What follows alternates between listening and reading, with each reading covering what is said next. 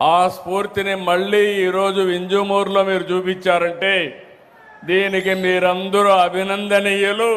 Congratulations, hats off to you. కష్టపడిన వాళ్ళందరికీ గట్టిగా చప్పట్లు కొట్టి అభినందించండి.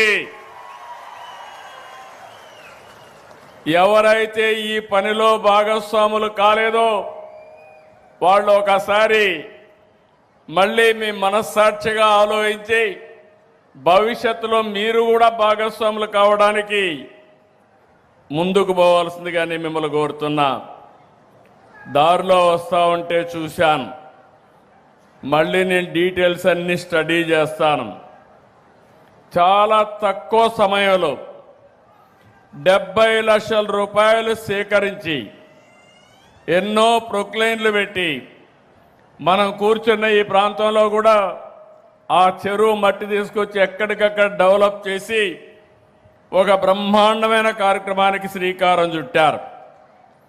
ఈరోజు మిమ్మల్ని చూసినప్పుడు నాకు అనిపిస్తుంది, మీరు ఒక అడుగేసి నేను 100 అడుగులు వేస్తానని మరొక్కసారి మీకు విజ్ఞప్తి చేస్తున్నా. అందుకే అది చూసినప్పుడు ఇక్కడ అడిగినప్పుడు మీరు అడిగారు, మీ ఎమ్మెల్యే అడిగారు. ఈరోజు మీకు హామీ ఇస్తున్నా, సోమశిల నుంచి వచ్చే కాలువ నీళ్లు 34 కోట్లు ఖర్చు అవుతుంది. 2019 ఇచ్చాను. ప్రభుత్వం అంటే మీరే ఒకసారి నెమరు వేసుకోవాలి. ఎవరు ప్రజల కోసం పనిచేస్తారో, ఎవరు స్వార్థం కోసం పనిచేస్తారో ఒకసారి నెమరు వేసుకోండి. ఇప్పుడు హామీ ఇస్తున్నా, మళ్ళీ 6 నెలల లోపల ఇక్కడే శాంక్షన్ చేస్తున్నా, టెండర్లు పిలవమని ఆదేశాలు ఇస్తున్నా. ఈరోజు ఏప్రిల్ 1వ తారీఖున కరెక్ట్గా అక్టోబర్ కంతా దీన్ని పూర్తి చేసి ఈ సంవత్సరమే మీ చెరువులో నీళ్లు పెట్టే కార్యక్రమం. ఇది కాకుండా చుట్టుపక్కలుండే చెరువులు ఇంకా 3 ఉన్నాయి. అవన్నిట్లో కూడా నీళ్లు పెడతాం. ఒక్కసారి నీళ్లు వస్తే ఏ విధంగా మీ జీవితాలు మారుతాయో మీరు గుర్తుపెట్టుకోవాలి. నేను 10 సూత్రాలు పెట్టుకొని స్వర్ణాంధ్రప్రదేశ్ పోతున్నాం. అంటే నేను చాలా స్పష్టంగా వాటర్ సెక్యూరిటీ, నీటి భద్రత. ఈరోజు ఏప్రిల్లో ఉన్నాం. దగ్గర 60% రిజర్వాయర్లో నీళ్లున్నాయి. అన్ని రిజర్వాయర్లు కళకళలాడుతున్నాయి.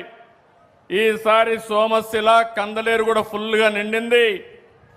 2 పంటలకు నీళ్లు ఇచ్చాం. నెల్లూరు జిల్లా రైతాంగం చాలా ఆనందంగా ఉన్నారు. అది ఈ ప్రభుత్వం యొక్క పట్టుదలని మరొకసారి మీ అందరికీ విజ్ఞప్తి చేస్తున్నా. నేను మిమ్మల్ని అందరిని కోరేది ఇదే కాదు, ఈ స్ఫూర్తి ఇట్లనే కంటిన్యూ కావాలి. ఏ పరిస్థితిలో ఈ ప్రభుత్వం వచ్చామో ఒక్కసారి మీరు నెమరేసుకోవాలి. 5 సంవత్సరాలు అరాచక పాలన, విధ్వంస పాలన. నేను 4వసారి ముఖ్యమంత్రి, 15 సంవత్సరాలు ప్రతిపక్ష నాయకుడిని. నా జీవితంలో ఇలాంటి పార్టీని, ఇలాంటి వ్యక్తిని చూడలేదంటే అతిశయోక్తి కాదని మరొకసారి మీకు విజ్ఞప్తి చేస్తున్నా. మొత్తం రాష్ట్రం అంతా విధ్వంసం అయింది. బటన్ నొక్కే కార్యక్రమం అనేవాడు, ఒట్టొట్టే బటన్ కూడా అప్పుడప్పుడు నొక్కేవాడు. ఈరోజు మీ స్ఫూర్తిని చూశాను. నేను ఎవరిని బలవంతం చేయలేదు. మీరు స్వచ్ఛందంగా ఇంత పెద్ద ఎత్తున వస్తున్నారంటే అది సుపరిపాలనకు నాంది, ఉదాహరణ అని చెప్పి కూడా నేను మీకు తెలియజేస్తున్నా. ఈరోజు మీ వింజమూరుకు వచ్చినప్పుడు నాకు చాలా ఆనందం. ఇక్కడి నుంచి నేరుగా ఒంటిమిట్టకి వెళ్తున్నాను. అక్కడ ఈరోజు సీతారామ కళ్యాణం కూడా జరుగుతుంది. అలాంటి శుభ సందర్భంలో నేను ఇక్కడికి వచ్చాను. రెండో విషయం కూడా మీరు గుర్తుపెట్టుకోవాలి. ఈరోజే ఒక చరిత్ర, 3 ముక్కలాట, 3 రాజధానులు. రాష్ట్రాన్ని విధ్వంసం చేసి ఆనందం పొందారు. మొన్న కూడా నేను ఒక చట్టం తీసుకొచ్చే మునుపు కేంద్రం ఒక తీర్మానం పంపిస్తే ఇమ్మీడియట్గా చేస్తామని అడిగితే నేను మేఘాలపైన అసెంబ్లీ సమావేశం పెట్టి ఢిల్లీకి పంపించాం. అసెంబ్లీ సమావేశాలకు కూడా రాలేదు. అది ఒక రాజకీయ పార్టీ ఎట్లా ఊహిస్తారో మీరు నాకు అర్థం కాల. ఇంకా ఎవరైనా ఈ రాష్ట్రంలో వైఎస్ఆర్ కాంగ్రెస్ పార్టీ అని చెప్పుకోవాలంటే సిగ్గుపడాలి తప్ప అలాంటి పార్టీ వల్ల మనకు వచ్చే లాభం ఏమీ లేదని కూడా మరొకసారి విజ్ఞప్తి చేస్తున్నాను. ఈరోజు పార్లమెంట్లో కేంద్ర ప్రభుత్వం బిల్లు ప్రవేశపెట్టారు. రేపు రాజ్యసభకు కూడా వస్తుంది. ఇంకా రాబోయే రోజుల్లో అమరావతిని ఇంచు కూడా కదిలించలేరు. అమరావతి ప్రజా రాజధాని, అవునా కాదా? ఆంధ్రప్రదేశ్ రాష్ట్రానికి ఏకైక రాజధాని అదే అమరావతి. అమరావతి రాజధాని వాళ్ళు గట్టిగా చప్పట్లు కొట్టి మీ హర్షాన్ని ఆమోదాన్ని తెలియజేయండి.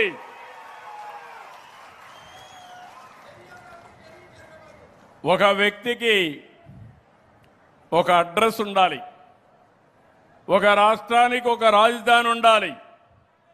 అలాంటి రాజధానిని విధ్వంసం చేసి ఎడారి అని లేకపోతే శ్మశానమని ముంపు ప్రాంతం అని ఎగతాళి చేసి మనకు రాజధాని కూడా లేకుండా చేసే పరిస్థితికి వచ్చారు. ఈరోజు నేను వచ్చింది పేదల సేవలో. మీరందరూ గుర్తుపెట్టుకోవాలి, నాకు మొదటి తారీఖు వస్తానే గుర్తొచ్చేది మా పేదవాళ్లే గుర్తొస్తారు. నా కళ్ళలో మీరే ఉంటారు. అందుకే నేను రావడం కాదు, రాష్ట్రంలో ఉండే ప్రభుత్వ యంత్రాంగం, ఎన్డీఏ పార్టీ యంత్రాంగం మొదటి తారీఖున మీ సేవలోనే ఉంటాం. నేను ఎప్పటికప్పుడు అందరికీ ఒకటే మాట చెప్పాను. ఈరోజు దేశంలో ఎక్కడా ఇవ్వని విధంగా దగ్గర మీరు చూస్తే 4,000, 6,000, 10,000, 15,000 రూపాయలు పింఛన్లకు ఇస్తున్నాం. దివ్యాంగులకు 6,000 ఇస్తున్నాం. కిడ్నీ పేషెంట్లు కానీ డయాలసిస్ చేసుకుంటే 10,000 ఇస్తున్నాం. మంచానికే పరిమితం అయితే అలాంటి వారికి 15,000 ఇస్తున్నాం. నేను అడుగుతున్నా, ఎక్కడైనా ఇస్తున్నారా తమ్ముళ్ళు, ఆడబిడ్డలు? మీరే చెప్పమని మిమ్మల్ని అడుగుతున్నా. దగ్గర 2,730 కోట్లు నెలకు ఖర్చు పెడుతున్నాం. 63 లక్షల మందికి ఇస్తున్నాం. ఇప్పటికీ 60,000 కోట్ల రూపాయలు ఒక్క పింఛన్ కింద పేదవాళ్లకు భరోసా ఇచ్చిన ఏకైక ప్రభుత్వం ఎన్డీఏ ప్రభుత్వం అని చెప్పి కూడా నేను మీ అందరికీ విజ్ఞప్తి చేస్తున్నా. ఇంకో పక్కన మీరు చూసి తమిళనాడు ఉంది, 1,000 రూపాయలు ఇస్తారు. ఇప్పుడు కొత్తగా 2,000 ఇస్తామని ఎన్నికల మేనిఫెస్టోలో పెట్టారు. అలాంటిది మన రాష్ట్రంలో 4,000 నుంచి 15,000 ఇస్తున్నాం. ఎక్కడా దేశంలో ఏ రాష్ట్రంలో ఇవ్వడం లేదు. అయితే మీరు కూడా ఒక విషయం గుర్తుపెట్టుకోవాల్సిన అవసరం ఉంది. ఈ జిల్లాలోనే 2,90,100 కుటుంబాలకి 128 కోట్లు నెల ఇస్తున్నాం. ఉదయగిరిలో 39,300 మందికి 17,81,00,000 ఇస్తున్నాం. వింజమూరులో 5,484 మందికి 2,47,00,000 ఇస్తున్నాం. నేను ఇంకొక మాట కూడా చెప్తున్నాను. నేనేదో మొక్కుబడిగా ఇవ్వడం లేదు, గౌరవప్రదంగా ఇస్తున్నాం. మీ ఇంటికి నిద్రలేస్తానే మీ తలుపు కొట్టి మీకు గుడ్ మార్నింగ్ చెప్పి మీ ఇంటి దగ్గరనే పింఛన్లు ఇచ్చే కార్యక్రమాన్ని ఏర్పాటు చేశాం. గౌరవప్రదంగా మీ ఆత్మ గౌరవాన్ని నిలబెట్టే విధంగా, పేదవాడంటే చులకన భావం లేకుండా మీకిచ్చే కార్యక్రమానికి శ్రీకారం చుట్టాం. ఈరోజు ఒక పెన్షన్ వల్ల మీ అందరిలో ఒక భద్రత కల్పించాం. అభివృద్ధి ఏ విధంగా చేయాలో చేసి చూపిస్తున్నాం. ఇంకో పక్కన మీరందరూ ఒకసారి గుర్తుపెట్టుకుంటే సూపర్ 6 చెప్పాను.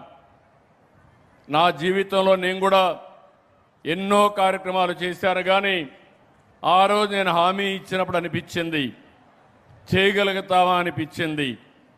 కానీ నాకు మీ మీద అభిమానంతో చేయాలి తప్పదని ఆ రోజు నిర్ణయించుకున్నాను. వచ్చిన వెంటనే పింఛన్లు ఇచ్చాం. తల్లికి వందనం. ఎంతమంది పిల్లలుంటే అంతమందికి 15,000 రూపాయలు చొప్పున మీకు అందించిన ప్రభుత్వం ఈ ప్రభుత్వం. మళ్ళీ జూన్ వస్తుంది. జూన్లో మీ పిల్లలు స్కూలుకు పోయే రోజున తల్లుల అకౌంట్లో టెన్షన్గా డబ్బులు వేసే బాధ్యత మాదని మరొకసారి మీ అందరికీ విజ్ఞప్తి చేస్తున్నా. స్త్రీ శక్తి సూపర్ హిట్ అయింది. మొన్నటి వరకు మా ఆడబిడ్డలు బయట పోవాలంటే ఆలోచించేవాళ్ళు.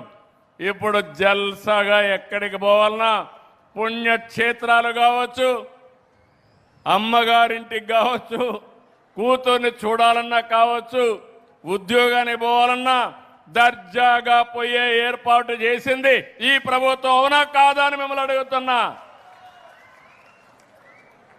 మా ఆడబిడ్డలు వంట చాలా కష్టంగా ఉండేది, ఇప్పుడు కూడా కష్టాలు ఉన్నాయి.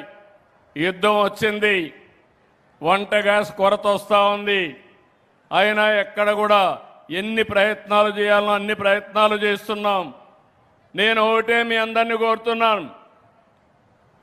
ఈరోజు మీరు చూస్తే 3 ఒరిజినల్గా దీపం కింద ఆడబిడ్డలు గ్యాస్ సిలిండర్తో వంట చేయొచ్చని చేసింది నేనే చేశాను.